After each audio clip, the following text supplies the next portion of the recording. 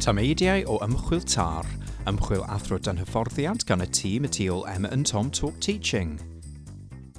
Croeso i Tameidiau o Ymchwil Tar, a heddiw mae Eloise Bennett, un o'r myfyrwyr tar cynradd, wedi cytuno i ddod i siarad gyda fi am yr ail aseiniad naeth hi, sef aseiniad oedd yn golygu bod hi'n adnabod rhyw fater oedd angen ymwneud ag yn y dosbarth, oedd hi'n mynd bant yna a darllen y lenyddiaeth berthnasol, a wedyn cynnal rhyw fath o ymyrraeth gyda'r plant neu plentyn hwnnw, a casglu data a dod i gasgliadau.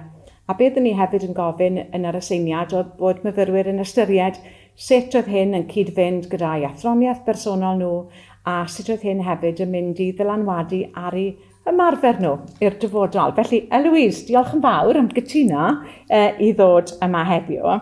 Felly, dweud wrthon ni tipyn bach, beth oedd pwnc, beth nes di benderfynu canolbwyntio arno fe?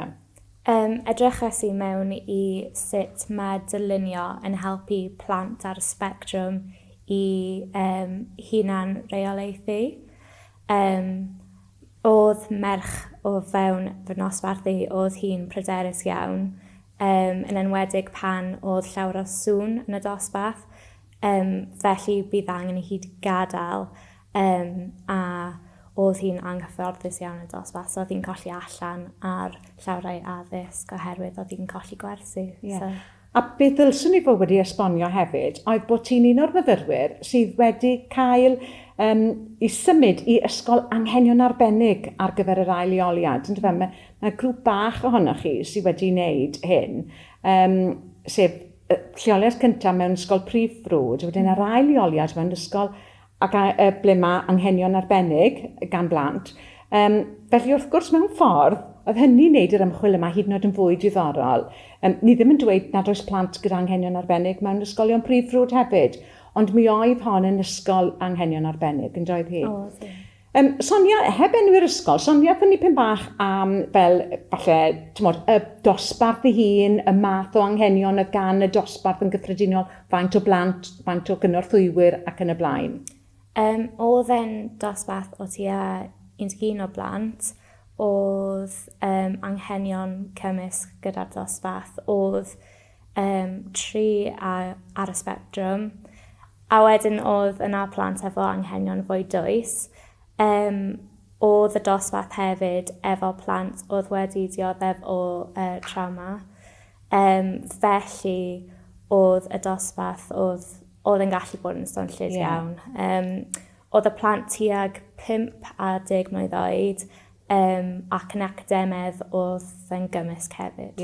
A beth am y cynorthwywyr? Faint o gynorthwywyr gyda ti? Oedd 3 cynorthwydd ac 1 cynorthwydd oedd yn uwch wedyn. Felly, mewn gwirionedd oedd hyn yn sefyllfaeth a unigryw mewn ffordd, yn dod ei gymharu gyda sefyllfaeth Prif Ffrwd. Ac eto, mae lot o beth ti'n gorau wneud i ymateb i anghenion plant yn mynd i fod yn debyg. Felly, o ti wedi penderfynu edrych ar ddylunio. Sut nes ti ddod i'r penderfyniad mae dyma o ti am wneud, sef edrych ar effaith dylunio o ran rheoli gorbryder plentyn? Wel, pan ni'n edrych ar y llenyddiaeth, oedd llenyddiaeth yn awgrymu i edrych ar diddordebau plant, ac edrych ar yr unigolyn. Felly, o hynny nes i dechrau ar sylwi'r plentyn, a ni'n trio edrych ar beth oedd hi'n hoffi. Felly, nes i weld oedd hi'n caru celfyddydau menygiannol yn enwedig dylunio. Felly, ni'n meddwl oedd hwnna'n arffa i ddefnyddio i ceisio hunan reoleiddio. So, ddiddorol iawn, is ti at y llenyddiaeth yn gyntaf, ac oedd hynny'n dweud o ti am edrych ar y plentyn unigol, wedyn nes ti hynny, ac ar sail wedyn, be weles ti am y plentyn, is ti nôl at y llenyddiaeth dwi'n cymryd wedyn, i drio darllen yn ehangach am hynny. Felly, o ti wedi adnabod nawr diddordeb y plentyn yn y celfyddydau menygiannol, felly is ti nôl at y llenyddiaeth, beth oedd y llenyddiaeth yn dweud wrtho ti? Oedd llawer o tystiolaeth o ran y celfyddydau yn helpu plant Prif Ffrwd, a oedd hwnna'n dweud pethau fel oedd yn helpu efo just hunan cryd plant a beth fel hynny, ond a hyder plant. Ond oedd llai o ran plant ADY a llai wedyn o ran plant ar y spectrum. Felly, ys ti ddarllen y lenyddiaeth yma wedyn, felly oedd y lenyddiaeth yn ymwneud gyda plant falle prif ffrwd, a wedyn os ti hefyd wedi hwnna ar y cyd gyda gwybodaeth oedd gen ti am y plentyn yma a'r cyflwr y ddarnu hi. Ac wedyn dod ar ddau beth at ei gilydd mwyn ceisio gwneud cynnal ymchwil oedd yn newydd mewn gwirionedd wedyn. So oedd yn torri tir newydd fan hyn a sefydlu gwybodaeth newydd sydd yn bwysig wrth wneud ymchwil. Felly, ti'n modd y lenyddiaeth ma o ti'n darllen, oedd yna gytundeb ymysg y lenyddiaeth ynglyn a ti'n modd beth oedd bobl yn dweud? Oedd pawb yn dweud cytuno bod y celfyddydau mynygiannol yn chwarae rôl bwysig wrth gefnogi datblygiad emosiynol plant neu beidio? Oedd llawer yn deud oedd ond oedd rai yn deud oedd e'n well o ran defnyddio fel cefnogaeth efo'r defnyddio meddwlgarwch.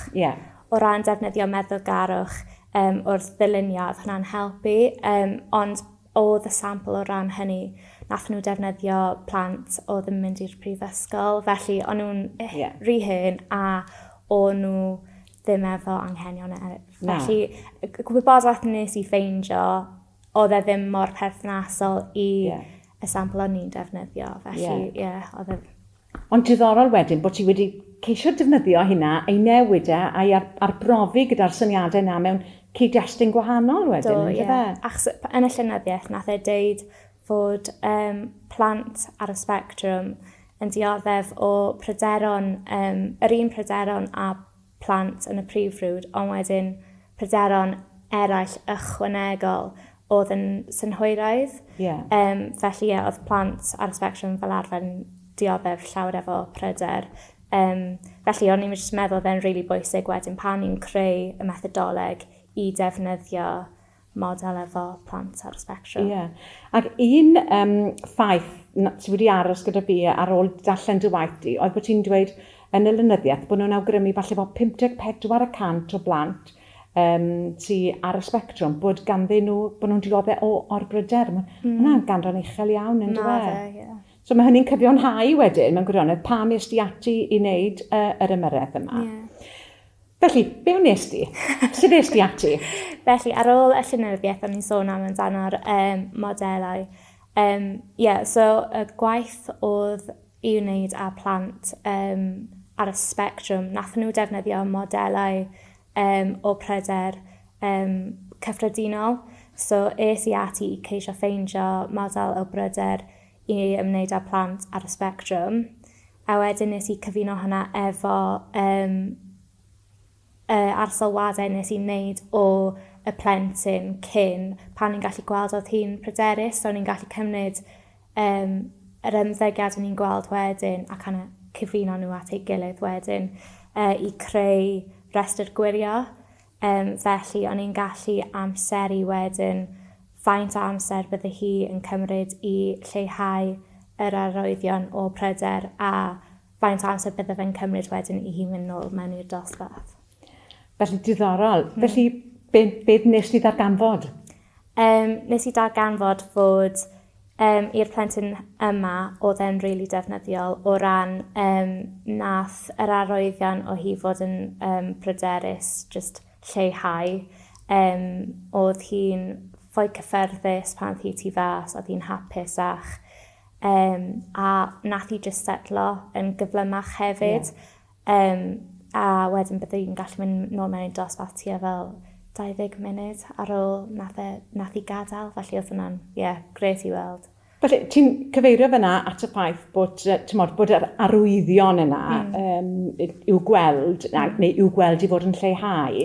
Ac wrth gwrs, falle, dyle bod ni wedi sôn hefyd ar y dechrau, bod ti wedi cael hyfforddiant fel, os na bwynt cymorth cyntaf iechyd meddwl, sydd yn paratoi ti ar gyfer adnabod yr arwyddion yna mewn plant. A ti'n gweud hyd at 16 oed. Felly, mewn gwirionedd, oedd y wybodaeth yna gen ti cyn dod ar y cwrs yn berthnasol iawn hefyd, byswn i'n meddwl, o ran gallu adnabod yr arwyddion yna fel rhan o'r ymchwil yma. Ie, ond fi'n meddwl, oherwydd o'n i'n darllen amdano'r llenyddiaeth yma, o'n i eisiau bod yn specific i'r person yma hefyd. Achos o'n i'n deud mewn yr llenyddiaeth, mewn yr traethawd, mae fe'n cyd-fynd efo'r y cod AD hefyd o ran just edrych ar yr unigolyn. So o'n i'n meddwl hwnna'n gret o ran hynny. So o'n i'n gallu nabod cyn, o'n i'n eisiau edrych ar just yn specific o ran hi. Anghenion yr unigolyn fel wyt ti'n dweud o ran y cod. Oedd hi'n mynd tu allan dosbarth, a be oedd hi'n neud? Oedd hi'n cael rhyddid i ddylunio fel oedd hi eisiau? Oedd yna unrhyw fath o gyfarwyddyd sut oedd e'n gweithio? Felly, oedd ryddid ganddi. Ar ôl darllen y llenyddiaeth, oedd e'n deud bod ryddid i'r plentyn wneud beth oedd ganddyn nhw ddiddordeb mewn oedd peth gorau i wneud. Felly, nes i creu just fel pecyn, a nath hi penderfynu popeth oedd hi eisiau rhoi mewn y pecyn. A byddwn ni'n gadael ar ochr i hi just cymryd pryd oedd angen i hi gadael, a gall hi just cael y ryddid i wneud e. Felly, A beth oedd yr impact? Beth oedd yr effaith?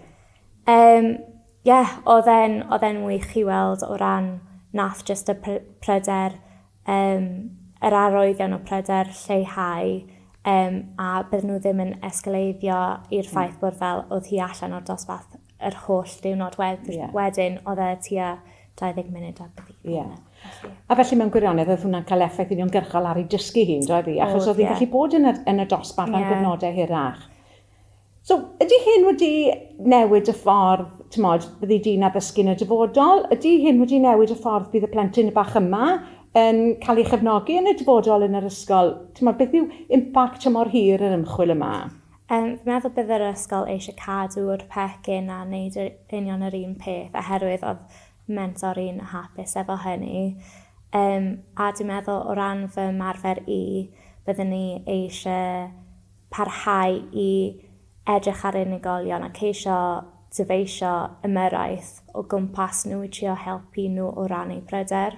Achos fi'n meddwl dyna beth nes i weld, pan nes i wneud hyn nes i cynnygau i plant eraill yn y dosbarth, a nath e ddim weithio i dau o blant yn y dosbarth. Felly meddwl nes i o hynna gweld oedd e'n dda o ran y plentyn cyntaf, oherwydd oedd ganddo hi ddiddordeb mewn hynny, ond falle mae angen i ffeindio beth mae plant yn hoffi, a wedyn creu ymyrraeth o gwmpas nhw. Felly byddwn ni yn cymryd hynna mewn fy marfer yn y dyfodol. Mae'n gwirionedd, dwi ti'n newydd ddweithio yw dathroniaeth di, ynglyn â pwysigrwydd dod i adnabod yr unigolyn. Ond beth wyt ti hefyd wedi dweud wrthai fanna yw, bod dy marfer di'n glwm wrth ymchwil hefyd, sef wyt ti'n ymchwilio i'r anghenion y plentyn unigol a hefyd y lenyddiaeth, cyfosod y ddau beth i gynnal ymyrraeth, a wedyn trio mestyn hwnna wrth gyflwyno fe gyda plant eraill, darganfod beth sydd ddim yn gweithio, sydd hefyd yn bwysig, ond wyt ti wedyn yn gallu mynd nôl eto nawr at y lenyddiaeth, yn dwi ti a ffeindio, ar sylwi ar y plant yna, ffeindio beth yw i diddordebau nhw, ac ymateb. Felly, ti newydd sôn dyn ni beth yw dysgu proffesiynol mewn gwirionedd, sef bod ti'n cadw i ddatblygu drwy'r amser wrth dreialu, ond nid dim ond unrhyw dreialu, ond dreialu sy'n seiliedig ar beth wyt ti'n dysgu o ddarllen llenyddiaeth hefyd. O, da iawn. Wel, diolch yn fawr iawn.